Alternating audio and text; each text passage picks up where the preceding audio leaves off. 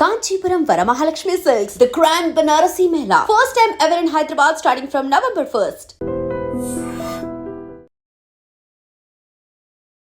నమస్కారం, welcome to I dream. నేను మీ సంగీత. ఈ మధ్య కాలంలో విచిత్రమైన కేసులు పోలీస్ స్టేషన్ దాకా వెళ్ళడం జరుగుతుంది. అంటే రీసెంట్గా ఆంధ్రప్రదేశ్లో ఒక కేసు పోలీసులను షాక్ గురి చేసింది.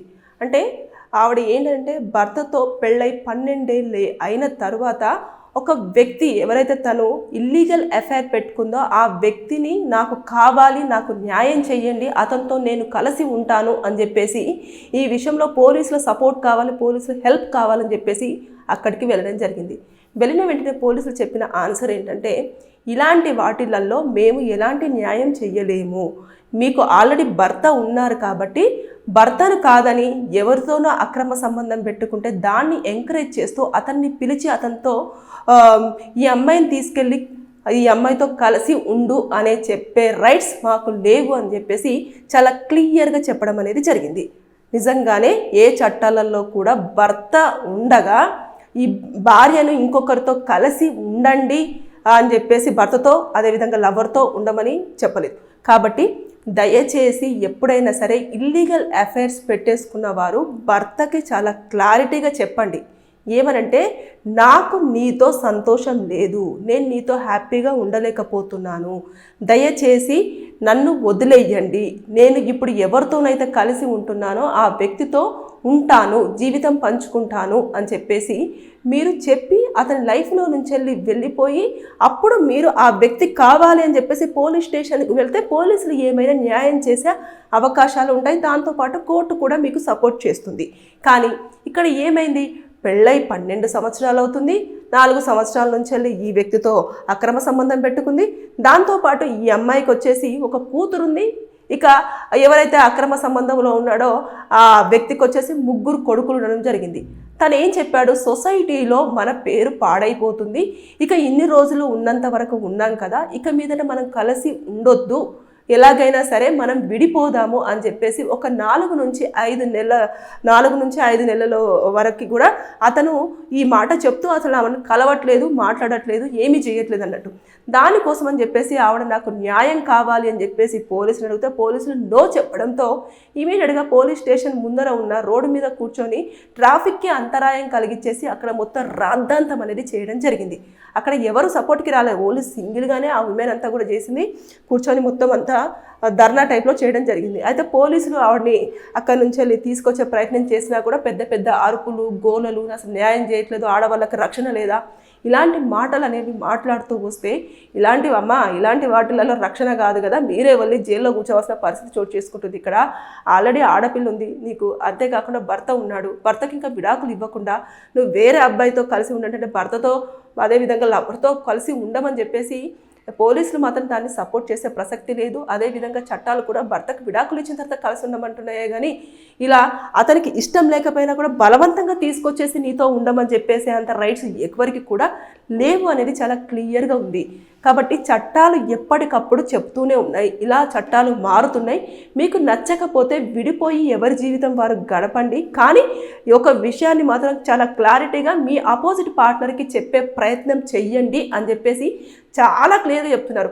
అయితే ఇక్కడ ఈ వర్షన్ చూసేసుకుంటే హస్బెండ్కు ఉండే న్యాయం ఏంటి అంటే, హస్బెండ్ ఒకవేళ డివోర్స్ కనుక అప్లై చేసుకుంటే అతను హ్యాపీగా ఆవిడే ఆల్రెడీ ఒక 4 years నుంచి కూడా నాకు ఇల్లీగల్ అఫైర్ ఒక పర్సన్తో ఉంది అని చెప్పేసి చాలా క్లియర్గా చెప్పింది. దాంతోపాటు అతనే కావాలి అని చెప్పేసి కూడా ఫైట్ చేస్తుంది. కాబట్టి అతనికి చాలా సాలిడ్ గ్రౌండ్ పాయింట్ దాని కిందికి రావడం జరుగుతుంది.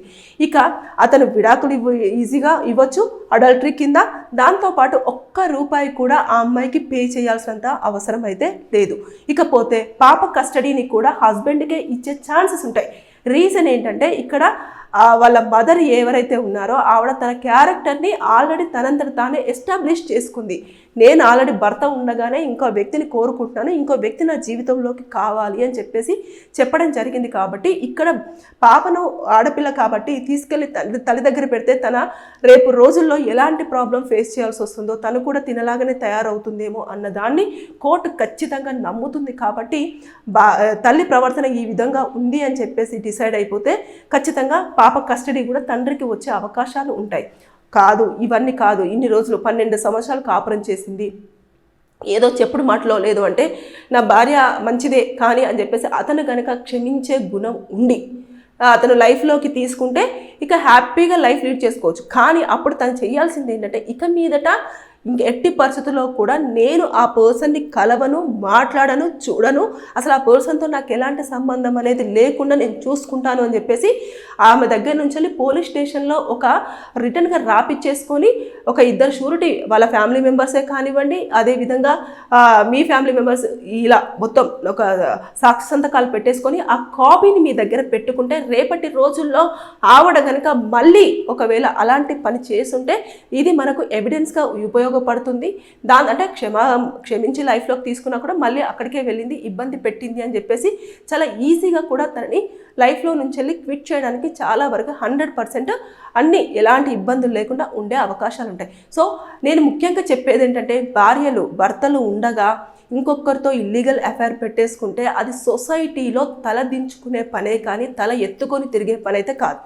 మీరు గనక ఒకవేళ ఎవరైనా సంబంధాలు పెట్టేసుకొని భర్తతో సంతోషంగా లేము అనుకున్న వాళ్ళు ఉంటే భర్తను ఒప్పించి విడాకులు తీసేసుకొని అప్పుడు వెళ్ళి అతన్ని పెళ్లి చేసుకునే ప్రయత్నం చేయండి. అతను ఒకవేళ ఒప్పుకోలేదనుకుంటే అప్పుడు నన్ను శారీరకంగా వాడుకున్నాడు, నన్ను పెళ్లి చేసుకుంటానని ఫేక్ ప్రామిసులు చేశాడు అని చెప్పేసి మీరు కనుక పోలీస్ స్టేషన్కు వెళితే అప్పుడు వారిపైన కేసు ఫైల్ అయ్యి వారిని పిలిచి కూర్చోబెట్టేసి కౌన్సిలింగ్ ఇవ్వడమో మాట్లాడడమో చేయడం అనేది జరుగుతుందే తప్పించి ఇలా ఫ్యామిలీస్ ఉన్న వాళ్ళని తీసుకొచ్చేసి కూర్చోబెట్టేసి వాళ్ళందరినీ వదిలేయండి రోడ్డు మీద, తర్వాత మీరిద్దరు వచ్చేసి మాత్రం చాలా సంతోషంగా ఉండండి అని చెప్పేసి ఎవరు కూడా చెప్పే ప్రయత్నం చేయరు. అది పోలీసులే కాదు, చట్టాలు కూడా చెప్పే ఇది కూడా లేదు. కాబట్టి ఎవరైనా సరే ఇల్లీగల్ అఫైర్స్ పెట్టుకునే వాళ్ళు జాగ్రత్తగా ఉండండి. అది కొన్ని రోజుల సుఖం మాత్రమే, అది పర్మనెంట్గా ఉండే బంధం అయితే కాదు.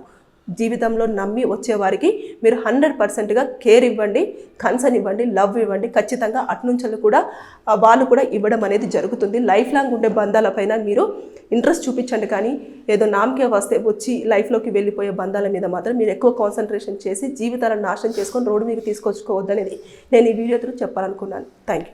And for more videos, Please subscribe to iDream. Please subscribe to iDream. Please subscribe iDream. And please subscribe to iDream. For more videos, subscribe to iDream. please like, share and subscribe to the channel. Congratulations, iDream. Subscribe to iDream. Subscribe to iDream. So subscribe to iDream Media. iDream team andarki huge congratulations. Please subscribe iDream Media. Please subscribe to iDream. Subscribe iDream. Please subscribe to iDream. iDream అంటే నా కళల ఛానల్ను subscribe చేసుకున్న నోరు తిరుగుతలేదు, మీరైతే గంట గుర్తు కొట్టండి. For more such videos, please subscribe to iDream. Subscribe to iDream. Please subscribe to iDream. Please subscribe iDream Media. Please do subscribe to iDream. Please subscribe to iDream Media. For best entertainment and information, please subscribe iDream. And don't forget to subscribe to iDream.